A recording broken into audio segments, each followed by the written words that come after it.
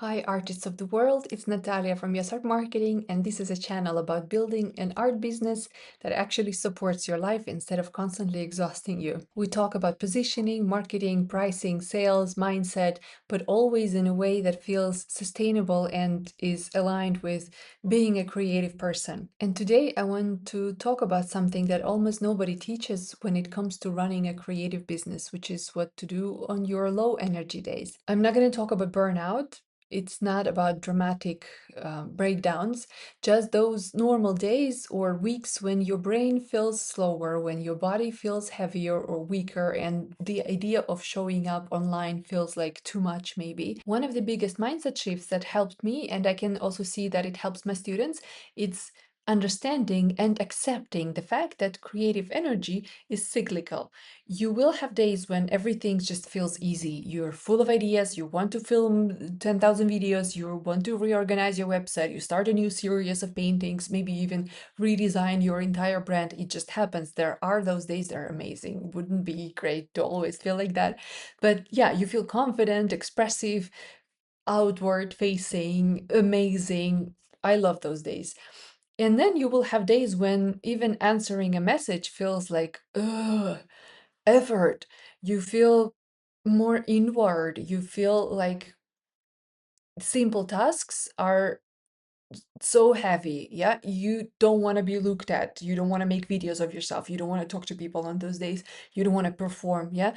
And that fluctuation is very, very normal. Okay. So let's just accept that things are what they are. It just happens. Sometimes we feel great, sometimes we don't. So the problem starts when you expect yourself to operate at peak capacity all the time. That expectation creates failures and it creates guilt, and the guilt drains the energy that you have left, and then you avoid your business completely, and now a low energy day turns into a 2 week disappearance, and so on and so on, and this is how you quit. Instead of expecting linear productivity, you build your marketing around these fluctuations, yeah, around this rhythm. So when you feel good, and you will, those days are incredibly valuable for creating. On high energy days, film multiple videos instead of one, write several captions at once, photograph, video your multiple artworks, outline future launches, record voice notes with ideas. You're not forcing yourself to be productive. You're naturally productive. So you catching the momentum while it's naturally there. Yeah. Ride that pony while it's there. This is what content bashing really is. It's not hustle culture. It's not about overworking yourself. It's about protecting your future low energy self. Do things in advance while you can. Back yourself up with the work done today, because tomorrow you probably won't be able to do it. Because when you have a small library of content ready to go, you don't wake up on a foggy Tuesday feeling like you have to invent brilliance from nothing and you don't have even energy to make yourself a coffee. Yeah.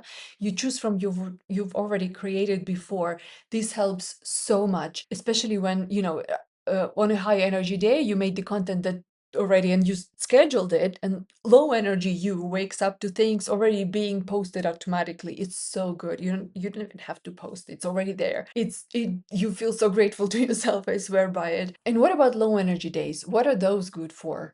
Laying in bed for sure, but let's talk about how you can still use them, because that time it's not useless. They're just not performance days. They're excellent for behind the scenes, softer, quiet work, back end work that still moves your business forward. Some people actually enjoy doing the most wonderful part of a creative business, like painting, yeah, actually making the art on those low energy days, because that's what you do to refill your cup, yeah, recharge your batteries, maybe. So, yeah, if you can, if you want to do that, amazing, do that. I personally don't paint on low energy days. I dedicate them to admin work. This works for me.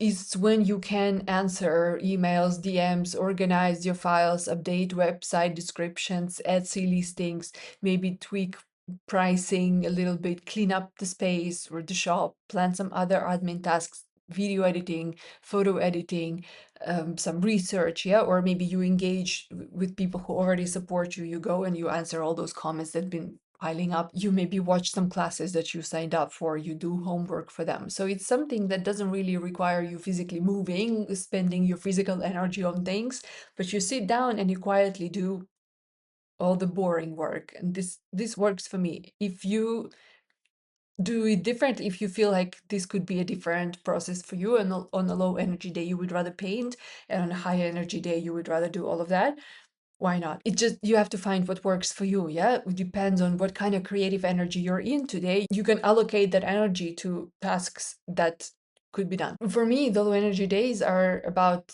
tasks that don't require me to be charismatic, performing, making videos, yeah, stuff that I could do in my pajamas, yeah. They just require being awake. And if even if that feels like too much, you can just reduce the scale instead of completely disappearing. I'm not saying don't take days off, take a bloody day off, for God's sake.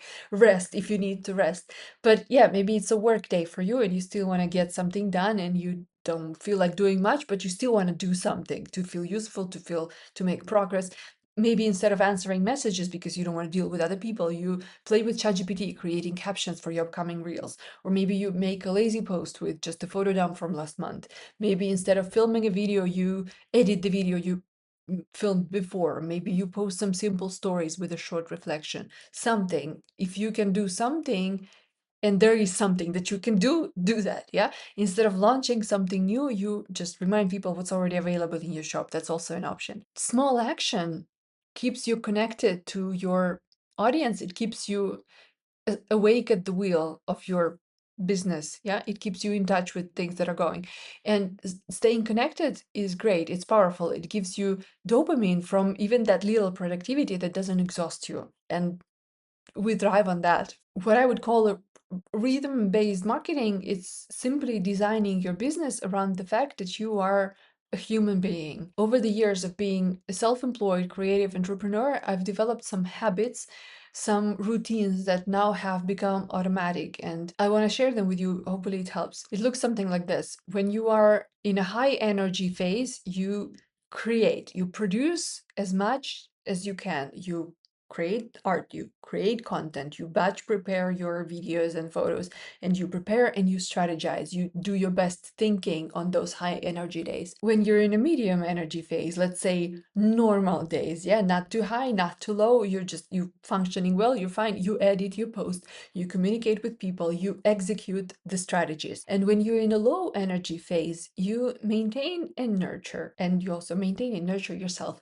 You unload the accumulated mini tasks. You refill your cup with things that you enjoy doing the most, maybe making art, maybe cleaning up, you know. Your presence stays ready, even if your intensity, your level of participation changes. I hope that makes sense. This is especially important if you have other responsibilities. Maybe you have a part-time job, maybe you're raising children, maybe your health fluctuates, maybe you have, I don't know, chronic migraines like I do. Yeah, I have to rearrange my life around those as well. Maybe your energy changes with hormonal cycles. All of that is real. We have to take those things into account because they're not going anywhere, and powering through is possible, but it's not always the best idea for everyone. Your business can and should adapt to your reality, not compete with it, and you should feel no guilt about it. So many artists quit marketing not because they're incapable, but because they try to operate at a maximum output permanently. That's unsustainable for most creative people, and I would say for most creative women. That's just not how things go, and we shouldn't expect them to go like this. We're not robots. I'll be honest with you, I used to be that marketing coach that would tell artists things like, you gotta make the time, you gotta find the time, you gotta, if you want to make it work, you just have to work, right? You have to work for it. You have to push, find that energy inside of you and just get things done. I do believe in discipline, and I do believe in finding that internal motivation, not always relying on some kind of outside factors. It's important that you also have this inside yourself, something that keeps you going. However, I don't say things like that anymore because I've learned some lessons. There were some things that happened in my life that just led me to the understanding that I was not the right way. And however, there's still this underlying belief in online business that if you're not constantly pushing, if you're not constantly hustling and performing, you're falling behind. But art careers are not like that. They're long-term careers. You don't need explosive growth every month. Actually, no business needs explosive growth every month. We just need consistent visibility over time, over months and years. So these gentle momentums work, showing up imperfectly works, posting something small instead of nothing works. The goal is not to be that machine, high powered being, doing everything, taming the algorithm, hustling a lot. The goal is to remain present enough so that when someone is ready to buy, you're still there and things work. That consistency that allows for imperfection, for energy waves, for hormonal fluctuations, that builds trust far more effectively than short bursts of intense activity and then nothing for weeks because it was too much and you broke. So I just want to say that low energy days are okay and they're not the enemy of your art business. Ignoring your rhythm, ignoring your nature, that's the enemy of your business. And ignoring your brain and body signals, it's not a good idea. So when you start respecting your natural energy cycles and your hormonal cycles, batching when you feel strong, maintaining when you feel quiet, you stop fighting yourself and your business becomes something that you can sustain. And that's the most important thing. This is what it's for, right? We want something that you can actually do without feeling like it takes everything out of you. So if this way of thinking feels supportive instead of stressful, maybe make sure you subscribe to the channel because this is exactly what we talk about here, building a creative business that works with you, not against you, okay? With your energy, not against your energy. And if you want deeper structure around this, like content planning systems, rhythm-based strategy, and building the steady sales without burnout, you can check out the Asset Club in the description below. Inside the club, we work step by step on building sustainable marketing habits that don't really rely on this constant motivation. So I hope to see you inside the club. And for now, thanks for watching. I will see you next Wednesday.